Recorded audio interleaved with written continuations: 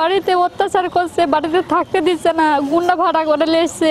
আমি এমন অবস্থা, আমার কোনো আধার নাই। আমারে খালি হুমকি দেয়, গলা কাটবো, তাড়ি দিব, এখান থেকে তুলি দিব। প্রতি রাত্রে আমরা বাড়িতে শান্তি ঘুমাইতে পারছি না, খাইতে পারছি না, শুতে পারছি না।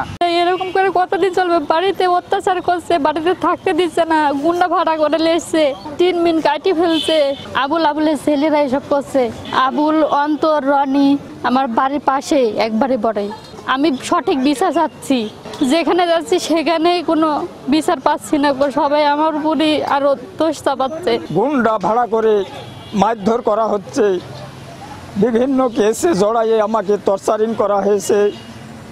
বিগত আওয়ামী লীগের আমলে আমাকে 3 দিন বাইন্দি 3 বাপুতে মেরে আমাকে পঙ্গু করে দিয়ে আমাকে চিকিৎসা হতে যেতে দেয়নি, আমাকে থানায় কেস করতে যেতে দেয়নি। আমি এর বিচার পাইনি। আমাকে বিভিন্ন সাইড থেকে গুন্ডা আসি আমাকে আহত করছে, আমাকে মারি ফেলার জন্য চেষ্টা চালাচ্ছে। আমার চাচাতো ভাই অন্তর বাপকে, ভাইকে, ওর মাকে, ও চাচাকে ডাইকে নিয়ে আসি আমার বাড়িতে। আমার বউকে মারধর করে উঠানে ফেলা রেখে গেছে, হাত ভেঙে গেছে, হাত এখনো দেখেন ব্যান্ডেজ করা। আর ডাক্তারে বলেছে যে অপারেশন না করলে আর সুস্থ হবে না। আর আমার এই মাসুম বাচ্চাকে তুলি আসার মেরেছে। আমি এমন অবস্থা, আমার কোনো আধার নাই। আমি ট্রাক ড্রাইভার, আমার সংসারে এত অশান্তি, ওরা বারবার হুমকি দেয়। আমি বলতে গেলে আমার মাথায় রামদানি কম মারে, আমার ছোট ভাইকে কম মারেছে। প্রত্যেক দিন লোক ভাড়া করে নিয়ে আসে রাত্রে, এবং কি বলে তোর মাথা নিব, তোর ছুরি দিয়ে আঘাত করবো, তোর পেটে ছুরি ঢোকা দিব, তোর গলা কেটে দিব।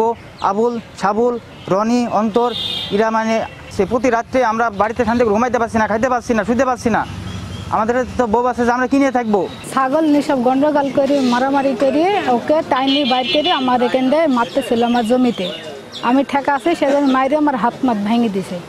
আর আমারে খালি হুমকি দেয়, গলা কাটবো, তাড়ি দিব, এখান থেকে তুলি দিব, এভাবে করে আমার অত্যাচার করে। মানিকদিয়ারের জান্নাতি নামে একজন জৈনক মহিলা, উনি আমাদের কাছে একবার আসছিলেন ওনার পারিবারিক সমস্যা নিয়ে।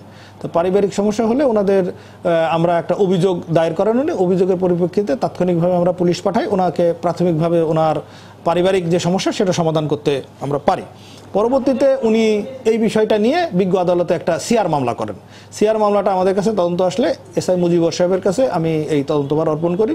তদন্তভারের এক পর্যায়ে ওখানে উল্লেখ থাকে যে ওনাদেরকে একটু মারধর করছে বিদায় উক্ত বিষয়টার জন্য দৌলতপুর উপজেলা স্বাস্থ্য কমপ্লেক্সে আমরা মেডিকেল রিপোর্টের জন্য চাই। মেডিকেল রিপোর্টটা ডাক্তার সাহেবের অনুপস্থিতি বা ডাক্তার সাহেবের ডিলের কারণের জন্য অদ্যাবধি আমরা পাই নাই।